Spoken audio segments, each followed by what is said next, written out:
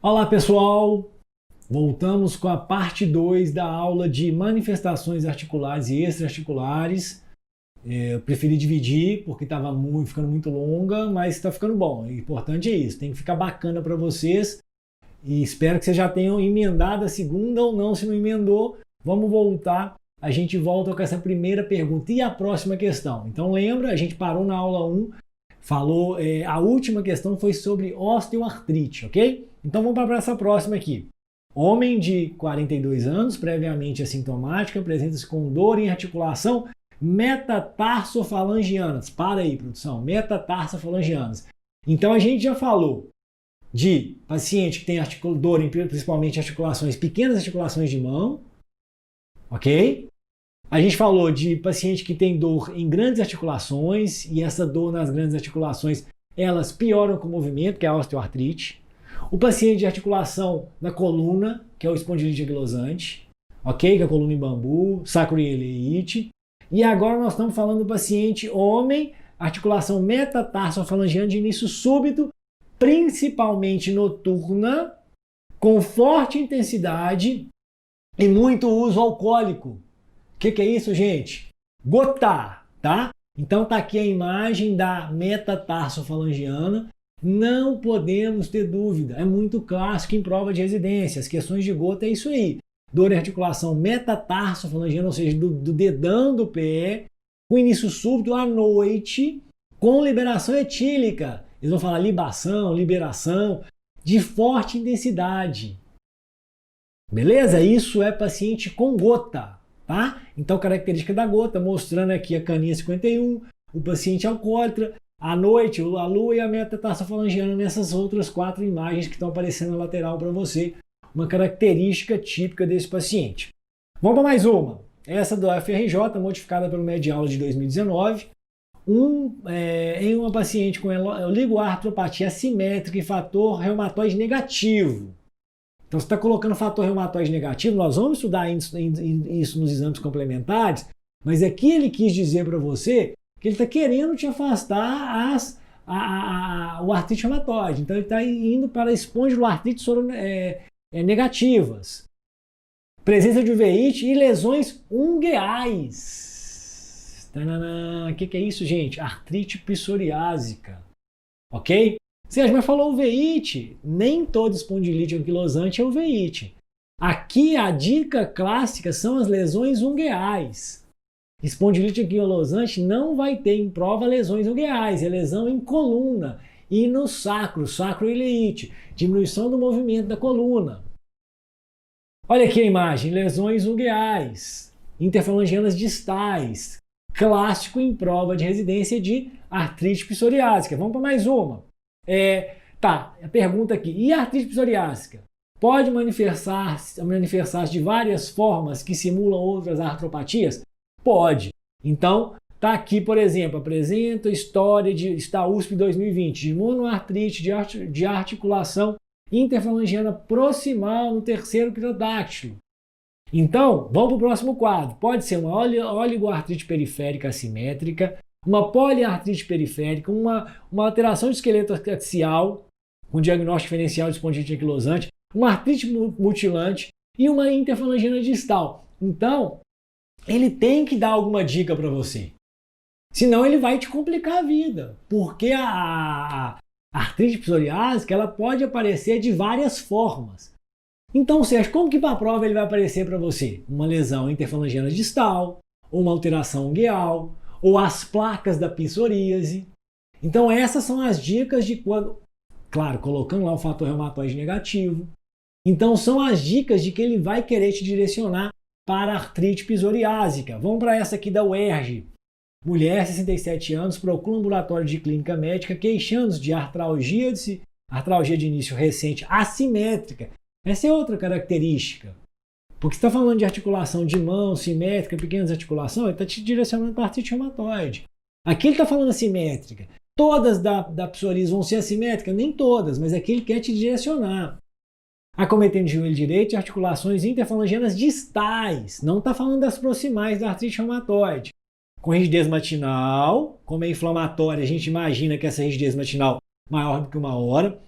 Relata também, ó, lesões em placas escamosas bem demarcadas nos cotovelos, joelhos e couro cabeludo. Há mais de 10 anos, gente. O que é isso aqui? Artrite psoriásica. Não podemos ter dúvida. Ele não falou de coluna lombar, de diminuição do movimento, de sacroileite, para você pensar em espondilite anquilosante. Ele não falou que dor que piora com o movimento. Ele não falou de redução do espaço subcondral. Então isso aqui é artrite psoriásica.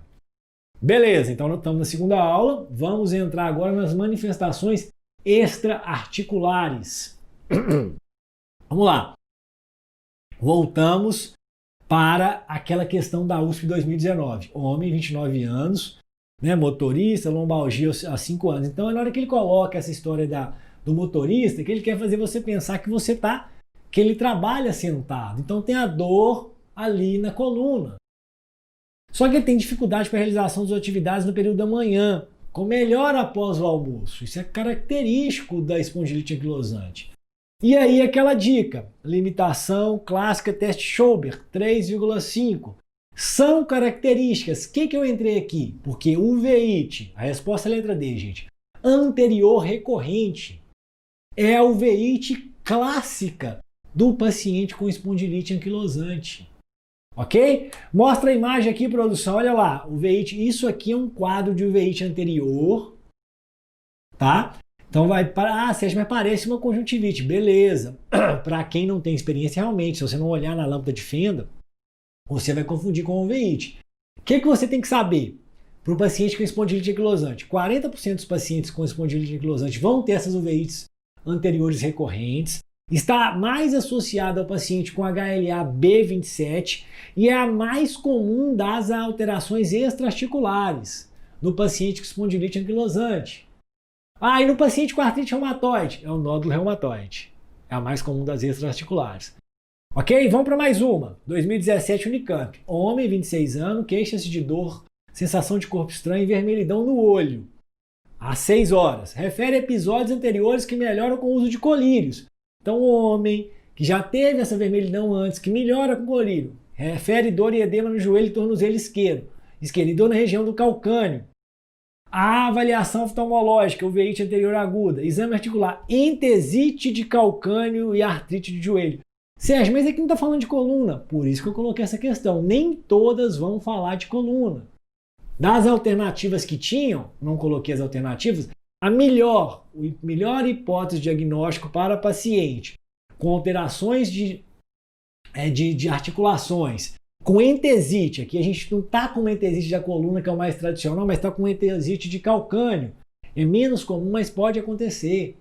Mas o paciente está com episódios de uveíte repetição anterior com uma entesite em algum local. Espondilite anquilosante. Não podemos ter dúvida com relação a isso. Não é artrite reumatoide, não é osteoartrite, não é psoriásica, porque ele tinha que falar das placas. Vamos lá, a manifestação que não está associada a espondilite anquilosante. Essa é uma questão mais rara, porque a gente tem uveíte na espondilite anquilosante, a gente pode ter fibrose pulmonar e pode ter insuficiência aórtica. Mas a pericardite não é comum no paciente com espondilite anquilosante, ok? Então a questão que eu coloquei aqui solta no meio da matéria para a gente tentar cercar tudo sobre espondilite anquilosante. Questão que cai não muito rara, questão muito rara. O classicão é aquilo que a gente tinha falado. Então aqui eu estou aprofundando os conceitos. É um curso de questão que eu chego com você já tendo um certo conhecimento. Vamos lá. Nós estamos em manifestações extraarticulares das artropatias. Então, paciente do sexo masculino que apresenta com uretrite, balanite, conjuntivite, erupções cutâneas e uma artrite. Não falou qual. A artrite atinge principalmente pé, joelho, tornozelo e a parte inferior da coluna. Após 2 semanas de um episódio de diarreia infecciosa. Gente, o que é isso? Síndrome Reiter. Tá? Então vai ter uma infecção, que ele pode colocar aí principalmente, ele gosta de uma infecção, de uma diarreia. Teve essa manifestação que vai gerar a uretrite, a balanite, a conjuntivite, as erupções cutâneas e artrite. Olha mostrando a imagem, né? Então, claro, síndrome Reiter, a gente já sabe, vai marcar isso. Mas olha a imagem aí para você da balanite, ok? Então essa é a imagem da Balanite para você.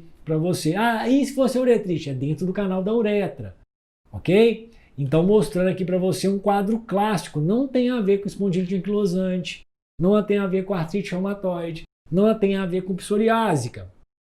Vamos para mais uma. Mulher, 45 anos, aqui da USP de 2020, apresenta há 8 anos lesões eritematosas descamativas, bem delimitadas com eritema vermelho vivo e escamas branco-prateadas aderentes. Cara, na hora que você viu isso, escamas brancas, prateadas, aderentes, eu nem preciso de falar de sinal de vela e do orvalho sangrento. Isso aqui, na hora, é clássico. É artrite psoriásica. Apresenta história de monoartrite e articulação interfalangiana proximal. Como eu falei para você, a psoríase pode aparecer diversas formas de aparecimento do acometimento da articulação. As mais tradicionais em provas são as ungueais e as interfalangianas distais, né, das próximas dos dedos, ok? Só que aqui, por que eu trouxe essa questão novamente? Para falar do sinal da vela e do orvalho sangrento. Então, primeiro, vou mostrar aqui para vocês essas escamas branco-prateadas aderentes. Então, você está observando que tem nuca, tem cotovelo. Então, observa a primeira imagem, na nuca, branco-prateada, ok? Aqui, olha, você vê em cotovelo, em áreas extensoras, de novo, branco-prateadas, aquela mesma classificação. E aqui a primeira imagem, na hora que você descama essas escamas, né? Descama essas escamas, esse é o sinal do orvalho sangrento. Pode cair em prova para você. Então tem imagem. Sinal do orvalho sangrento, tem que pensar em psoríase. Mais um, olha aqui, sinal da vela. Então você vai, como se fosse descascando essas escamas, e isso chama-se como se você estivesse descascando uma vela. Então é sinal da vela, ok? Vamos para mais uma. Mulher, 55 anos, queixas de dor e edema das articulações há 2 anos, interfalangianas proximais e metacarpofalangianas. Cara, artrite reumatoide. Dorme-se pela manhã com melhores atividades. Rigidez matinal com duração de 2 horas. Artrite reumatoide. Por que eu trouxe essa? Porque ó, dificuldade respiratória, dor, crepitação, extensão e manobra de Fallen. Então, para mostrar aqui para vocês, essa questão já tinha aparecido. Sobre manobra de Fallen. Vai ter alteração na região do nervo mediano. Assim como a manobra de Tinel, que pega um martelinho e bate, que vai ter as parestesias em região de nervo mediano. Então são manifestações extraarticulares. Ainda, nódulos reumatoides, principal manifestação extraarticular da artrite reumatoide. Regiões extensoras são indolores. Não confundir com bolsa de Herbeden, que são lá da osteoartrite. Beleza? Outras manifestações extraarticulares da artrite reumatoide, derrame pleural, episclerite. Então, enquanto na espondilite anquilosante, que é uma espondiloartropatia soronegativa, fator reumatoide negativo, assim como Reiter, assim como psoríase, assim como espondilite anquilosante, aqui, gente, é episclerite. Já no paciente com espondilite anquilosante, o veíte anterior recorrente, está mostrando aqui agora nas próximas 2 imagens.